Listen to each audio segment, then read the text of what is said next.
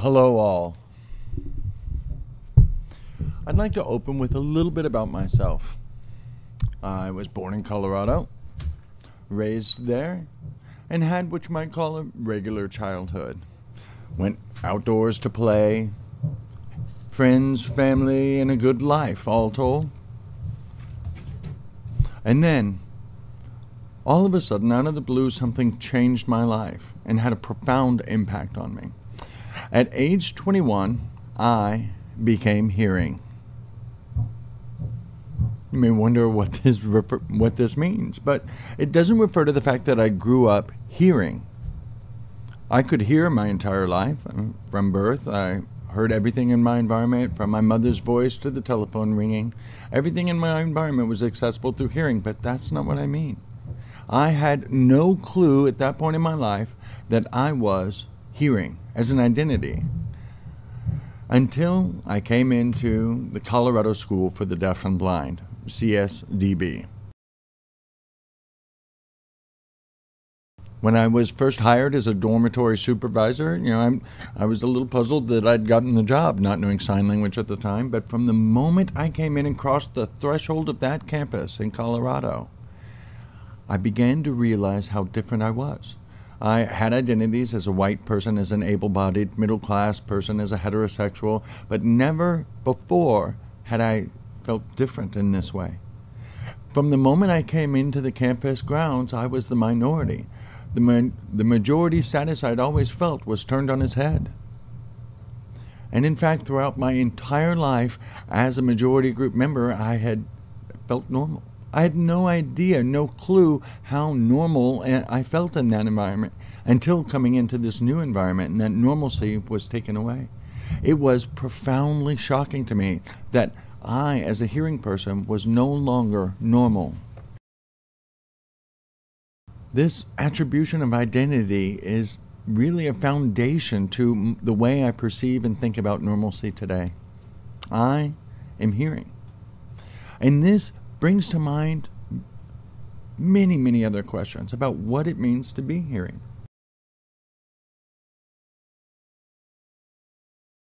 Now, I had just graduated from college and studied for my bachelor's in literature. So, as a graduate from 4 years spent, over $100,000 all told on my education, not once did I ever learn anything about the literature of sign language. And there were schools for the deaf nearby, just some 2 miles from the college I attended. And yet, I'd spent all this time, all this energy studying literature. That absence, that realization of that absence from the body of literature in my education was striking to me. And so to be hearing really means to have an absence of this whole genre, of this whole experience. And so in all my studies, I'd never encountered that. And that brought to mind questions of what else it means to be hearing, what other influences there are. There's education and environmental aspects to this.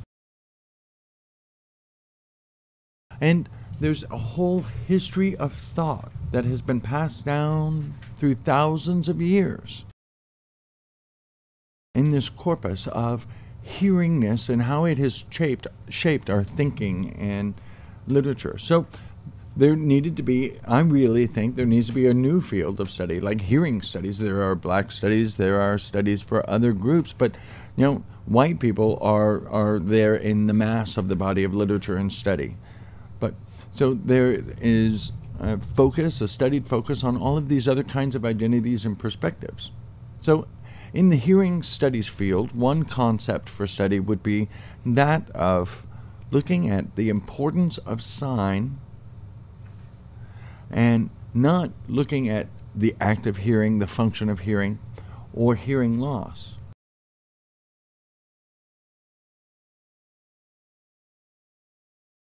If we look first at this notion of hearing loss, we should then turn that on its head and see what do we as hearing people lose by not expanding our understanding of the world.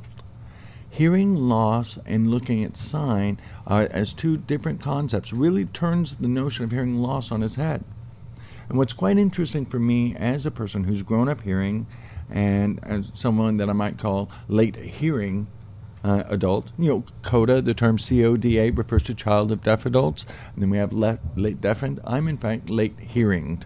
So having had this identity now, it has taught me a number of lessons that I'd like to now share with you. The first of that is the danger of a single point perspective. Many of us habitually arrive at conclusions about the world around us from a limited single perspective. For millennia, we thought the world was flat. Humans thought the world was flat, and this is comparable to my own perspective and being so limited. The notion of the world being round is very difficult when what we perceive is a horizon that's somewhat flat. So with an increasing body of knowledge, we eventually arrive at a different, more accurate conclusion that the world is not in fact flat, but round. Another notion here was that humanity thought that the earth was the center of the universe. The thought came from the perfectly reasonable notion that we observe the sun passing through the sky, but don't feel ourselves passing through space at 500,000 miles per hour. So we were given the sense that everything else was moving and we, the earth, stood still. So this expansion of our knowledge leads to arriving at a different conclusion. This geocentrism, which was present across the world, changed once we expanded our body of knowledge. So let me turn our attention now to the concept of phonocentrism.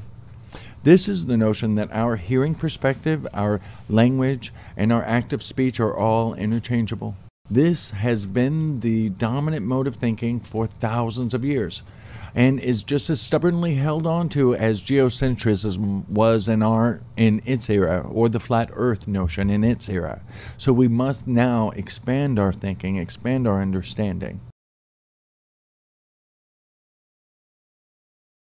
Now, based on research findings, we have found that the human brain is fundamentally ready. Whether language comes through input auditorily or visually, it doesn't matter. The brain will produce language. This brings an entirely new definition of human potential to the fore for us.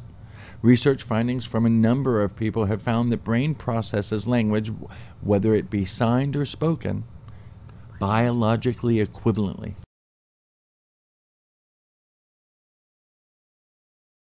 Very interestingly, I have to admit that as a hearing perspective taker, I had it wrong all this time.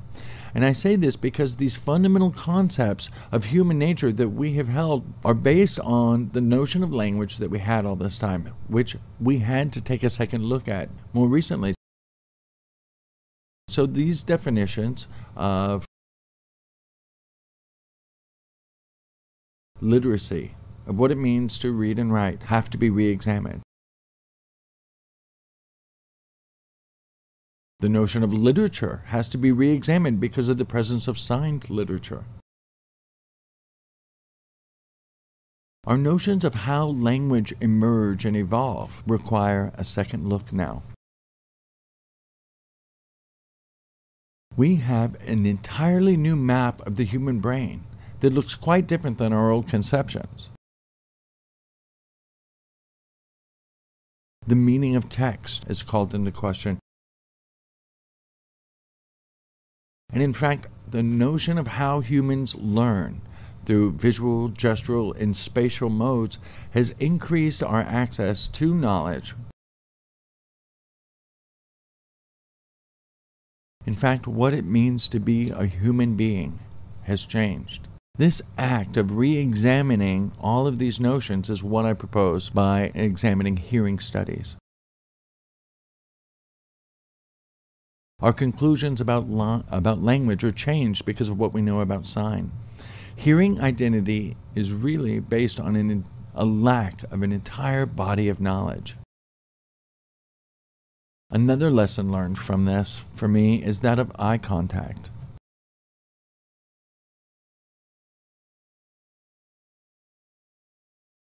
Eye contact really deserves our examination. If we look at how deaf people use eye contact to maximize human potential for all of us to engage in eye contact differently, where we see the norm within the hearing majority doesn't value it nearly as much. If we look on the metro, for example, the hearing perspective of serial conversation and the lack of eye gaze, where we don't have to meet each other's gaze for conversation. But it's actually far healthier to engage in conversation with eye gaze shared. It's a healthier perspective, which is brought to us by understanding how deaf people use it. And so we can then learn as hearing people how to increase human connection and human interaction, human social and cognitive domains by examining how deaf people do this. So we have to contrast this notion of hearing loss with what is gained by being deaf, deaf gain. So there are a number of lessons I've learned as a hearing person and that we all could benefit from, eye gaze being one of those.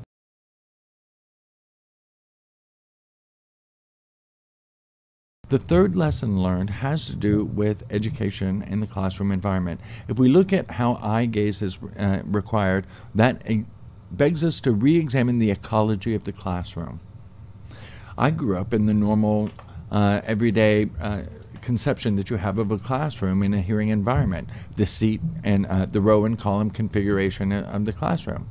But there's a lack of human connection there, because my human connection is never to those behind me, only to those who I see in front of me. And in fact, I only see the back of their heads. So it creates isolation of each individual within the classroom.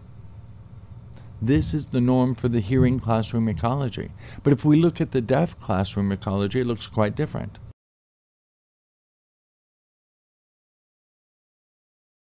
The deaf classroom will almost always be in either a semicircle or full circular arrangement. So when a teacher comes in, they immediately establish eye contact and recognition of each participant in the classroom, so they're all unified before beginning their discourse. Everyone can see everything in the classroom. This is entirely different, and I would propose that this is a loss for hearing people, to not have this conception of what is gained by deafness and the experience of deafness. These can provide benchmarks that we can all learn from.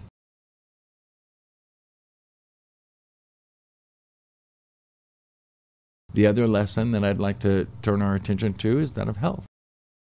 For a very long time, deafness was looked as a biological deficit that needed fixing. But as a hearing person, I have to admit that I have a number of health issues that are related to my hearing. For example, last night, at around 11 o'clock, just getting ready to go to sleep, I heard my house alarm be triggered.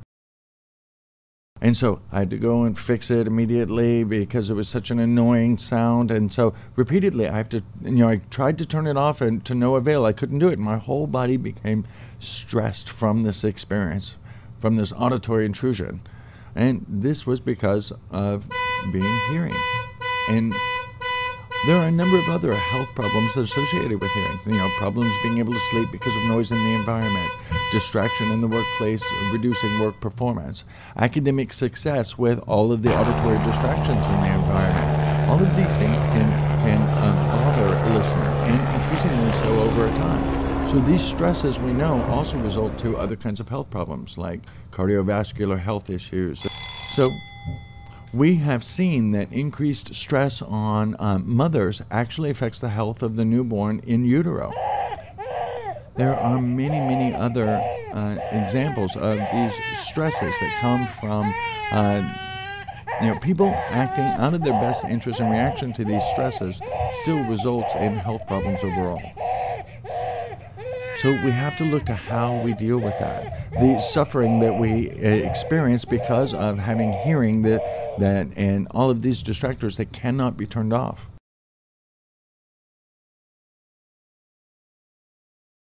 So if we contrast hearing and deaf people, if we look at it, what happens out of necessity. It is simply a different experience. Now, I'm not suggesting that everyone should go out and become deaf. I am happy with who I am, and I am who I am. But there is something that has to be examined. If we look at the need to fix deaf people, that there is something begging to be fixed, that has to be called into question. Because throughout my whole life, I had a limited perspective, which now having been expanded, I have to wonder, why would we ask that we not have access to that? So we have to look at the word respect.